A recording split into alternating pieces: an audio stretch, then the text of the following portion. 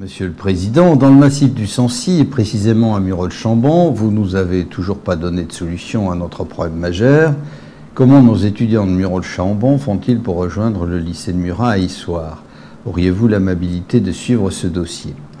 Alors je pense qu'il y a une ambiguïté entre conseil régional et conseil général. En effet, les transports scolaires sont de la seule compétence du conseil général et en l'occurrence du conseil général du Puy-de-Dôme. Le conseil régional, lui, s'occupe des transports express régionaux, des TER, c'est-à-dire des trains régionaux. Donc je n'ai pas connaissance du problème que vous évoquez. Il ne concerne pas de toute façon la compétence régionale. Donc je vais faire un courrier à mon collègue le président du conseil général pour lui demander où il en est du traitement de cette question. N'est-il pas paradoxal de porter l'âge légal de la retraite à 62 ans alors que les entreprises ont plutôt tendance à licencier leurs seniors? Comment feront les salariés pour atteindre le nombre d'années de cotisation requises? En fait, le seuil des 60 ans a un caractère symbolique qu'il conviendrait de garder. Ça n'empêche que si on fixe la durée de travail un peu plus longue, assurément, surtout pour les métiers qui n'ont pas de contraintes particulières, on verrait une certaine catégorie de population partir beaucoup plus tôt. Je pense même que quand on est maçon, par exemple, métier très dur, ou charpentier, partir à 55 ans serait bienvenu. D'autres partiraient à 60 ans, âge légal qui devrait rester légal, et puis d'autres plus tardivement, jusqu'à 67 ans. Pour certaines professions, ça ne pose pas de problème. Derrière ces mesures générales, il y a, je l'ai un peu évoqué, la pénibilité du travail. On ne peut pas avoir un âge de départ uniforme à la retraite. Et il y a d'autres difficultés, comme les carrières discontinues, qui sont tout particulièrement le fait des femmes, qui se mettent en congé pour élever des enfants, qui reprennent ultérieurement, qui souvent sont victimes d'accidents de la vie, au sens où les divorces sont fréquents. Et donc ces discontinuités sont extrêmement préjudiciables, on est obligé d'en tenir compte. Donc dire on fixe un âge pour tout le monde ne va pas. Qu'il y ait un âge de base symbolique me paraît nécessaire, et autour de ça il faut des modulations, on n'est pas parti pour cela, malheureusement.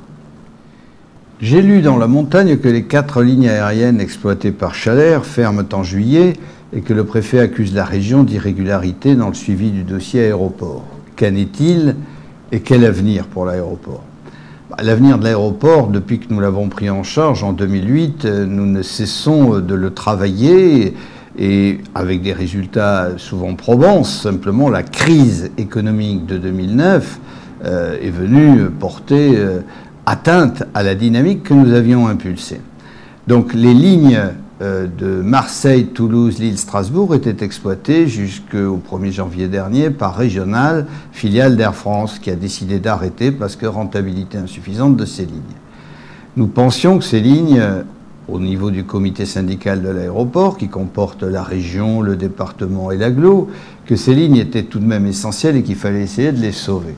Nous avons donc suggéré que l'exploitant de l'aéroport passe une convention avec une compagnie pour les exploiter à titre temporaire pendant 6 mois, de janvier à juin 2010, sur un avion assez petit, le Beech 1900, 19 places.